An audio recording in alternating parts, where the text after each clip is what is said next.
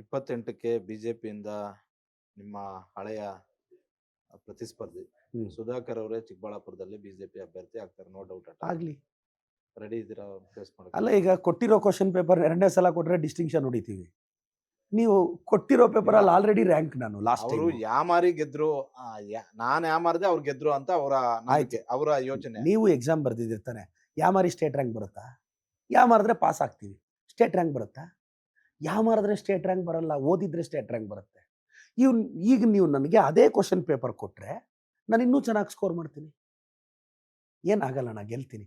ಇನ್ನೂ 20 ವರ್ಷ ನಿಮ್ಗೆ ಇಂಟರ್ವ್ಯೂ ಕೊಡ್ತೀನಿ ನಾನು. ಮಾಜಿ ಆಗಲ್ಲ, MLA ಆಗಿ, ಮಿನಿಸ್ಟರ್ ಆಗಿ ಅಷ್ಟೇ.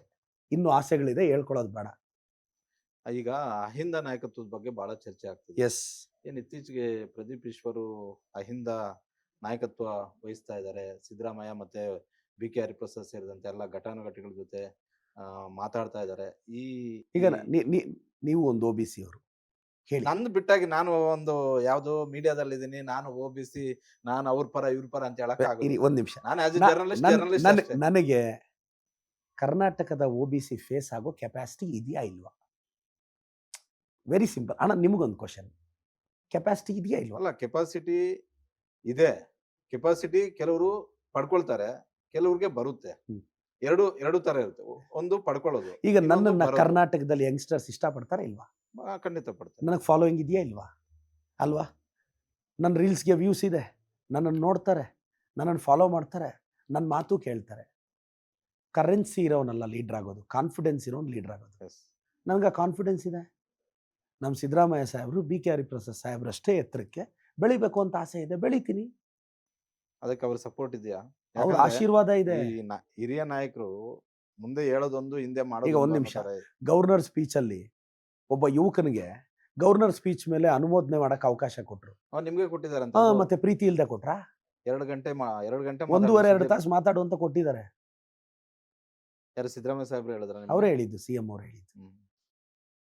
ಪ್ರೀತಿ ಇಲ್ದೆ ಕೊಟ್ಟ. ಅದಕ್ಕೆ ಇಷ್ಟೆಲ್ಲ ಅಂಕಿಅಂಶ ಸಂಗ್ರಹ ಮಾಡೋದು ನೀವು? ಓದ್ಬೇಕಲ್ಲಣ್ಣ, ತಯಾರಿ ಇಲ್ದೆ ಏನ್ ಮಾಡ್ತೀರಾ? ಇವರೆಲ್ಲ ಸುಮ್ನೆ ಮಾತಾಡಿದ್ರೆ ಡೈಲಾಗ್ ಅಂದ್ಬಿಟ್ರೆ. ಇದು ಸರಸ್ವತಿ ಅಣ್ಣ, ಡೈಲಾಗ್ ಎಲ್ಲಿ? BJP ಅದ್ಯಾರೋ ನಮ್ಮ ಅದು ಗೋಲ್ಡ್ ಅಂಗಡಿ ಇಟ್ಕೊಂಡಿದಾರಲ್ಲ, ಶರವಣ್ಣ ಅವರೆಲ್ಲ JDS ಶರವಣ್ಣ ಹೇಳ್ತಿರ್ತಾರೆ, ಇದು ಡೈಲಾಗು ಅಂತ. ಶರವಣ್ ಸರ್, ನಿಮ್ಮ ಕೈಯಲ್ಲಿ ಆಗುತ್ತೇನೋ ಹೇಳಿ, ಒಂದು 4 ಡೈಲಾಗ್ ಹೇಳ್ಸಿ ಅವ್ರ ಕೈಯಲ್ಲಿ. ಅವ್ರಿಗೂ ಹೇಳಕ್ ಬರಲ್ಲ, ಹೇಳೋರ್ನು ಹೇಳಕ್ ಬಿಡಲ್ಲ. ಗೋಲ್ಡ್ ಮಾರ್ದಷ್ಟು ಈಸಿ ಅನ್ಕೊಂಡಿದ್ದಾರೆ ಜನರ ಮನ್ಸಲ್ಲಿ ಗೋಲ್ಡ್ ಆಗಿ ಬದುಕೋದು.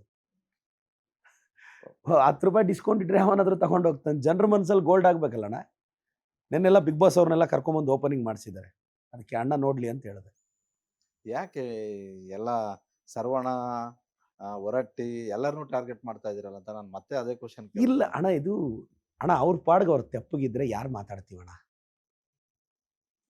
ಈಗ ವೆರಿ ಸಿಂಪಲ್ ಅಣ್ಣ, ನನಗೆ ಪಾರ್ಟಿ ಟಿಕೆಟ್ ಕೊಟ್ಟಿದೆ, MLA ಮಾಡಿದೆ, ನಾನು ಪವರ್ಫುಲ್. ಇವತ್ತು ನಾನು MLA ಆಗಿರೋದಕ್ಕೆ ನೀವು ಇಂಟರ್ವ್ಯೂಗೆ ಬಂದಿರೋದು. ನನ್ನ ಪಕ್ಷದ ಐಡಿಯಾಲಜಿಗೆ ಧಕ್ಕೆ ಬಂದರೆ, ಯಾರ್ಯಾರೋ ಬಾಯಿಗೆ ಬಂದಂಗೆ ಮಾತಾಡಿದ್ರೆ ಐ ವಿಲ್ ಕೌಂಟರ್. ನನಗೇನು ಅಭದ್ರತೆ ಇಲ್ಲಣ್ಣ, ನನಗೇನು ಅಭದ್ರತೆ ಇಲ್ಲ. ನೆಕ್ಸ್ಟ್ ಎಲೆಕ್ಷನ್ ಬಗ್ಗೆ ಯೋಚನೆ ಮಾಡೋ MLA ನಾನಲ್ಲ, ನೆಕ್ಸ್ಟ್ ಜನ್ರೇಷನ್ ಬಗ್ಗೆ ಯೋಚನೆ ಮಾಡೋ MLA. ನನಗೆ ಭವಿಷ್ಯ ಇದೆ, ಈ ರಾಜ್ಯನ ಮುನ್ನಡೆಸ್ತೀನಿ ಅನ್ನೋ ನಂಬಿಕೆ ಇದೆ. ಶಾಸಕನಾಗಿ, ಮಂತ್ರಿಯಾಗಿ ನಂಬಿಕೆ ಇದೆ. ಅವಕಾಶ ಸಿಕ್ಕಿದ್ರೆ ಮುಖ್ಯಮಂತ್ರಿನೂ ಆಗಿ. ಈಗಲ್ಲ ನಾನು ಹೇಳ್ತಿರೋದು. ಅಲ್ಲ, ನನಗೆ ನೋಡೋಣ, ಆಸೆ ಎಲ್ರಿಗೂ ಇದೆ, ದೇವರೊಬ್ಬ ಡಿಸೈಡ್ ಮಾಡಬೇಕು. ಈಗ ನಿಮ್ಮ ಬಾಯಲ್ಲಿ ಬಂದಿದೆ ಅಂದರೆ ಸುಮ್ಮನೆ 106 ಜನ MLAಗಳು ಇಂಟರ್ವ್ಯೂ ಮಾಡ್ತೀರಾ. ನೀವು ಯಾಕೆ ಎಲ್ಲರ ಹತ್ರನೂ ಹೋಗಿ ನೀನು ಯಾಕೆ ಮಿನಿಸ್ಟರ್ ಆಗಲ್ಲ, ಮುಖ್ಯಮಂತ್ರಿ ಆಗಲ್ಲ ಅಂತ ಕೇಳ್ತೀಯ?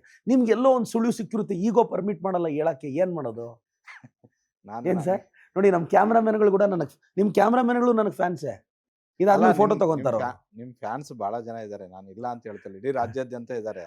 ಅದರಲ್ಲೂ ಯೂತ್ಸ್ ಸಿಕ್ಕಾಪಟ್ಟೆ ಇದ್ದಾರೆ, ಸೀನಿಯರ್ಸ್ ಗಿಂತಲೂ. ಯಾಕಂದ್ರೆ ಸೀನಿಯರ್ಸ್ಗೆ ಅಷ್ಟು ಈಸಿಯಾಗಿ ಯಾರನ್ನೂ ಅಕ್ಸೆಪ್ಟ್ ಮಾಡಕ್ಕಾಗಲ್ಲ. ಈಗ ನಾವು ಅಷ್ಟೇ, ನಮ್ಗಿಂತೂ ತೀರಾ ಜೂನಿಯರ್ ಆದ್ರೆ ಚೆನ್ನಾಗಿ ಮಾತಾಡ್ತೀನಿ ಅನ್ಬೋದು, ಬಟ್ ಅವನ್ನ ಅಷ್ಟೊಂದು ಪುಷ್ ಮಾಡೋದು ಯಾರು ಇಷ್ಟಪಡೋದಿಲ್ಲ. ಆ ಕ್ಯಾಟಗರಿಯಲ್ಲಿ ಸೀನಿಯರ್ಸ್ ಬರ್ತಾರೆ.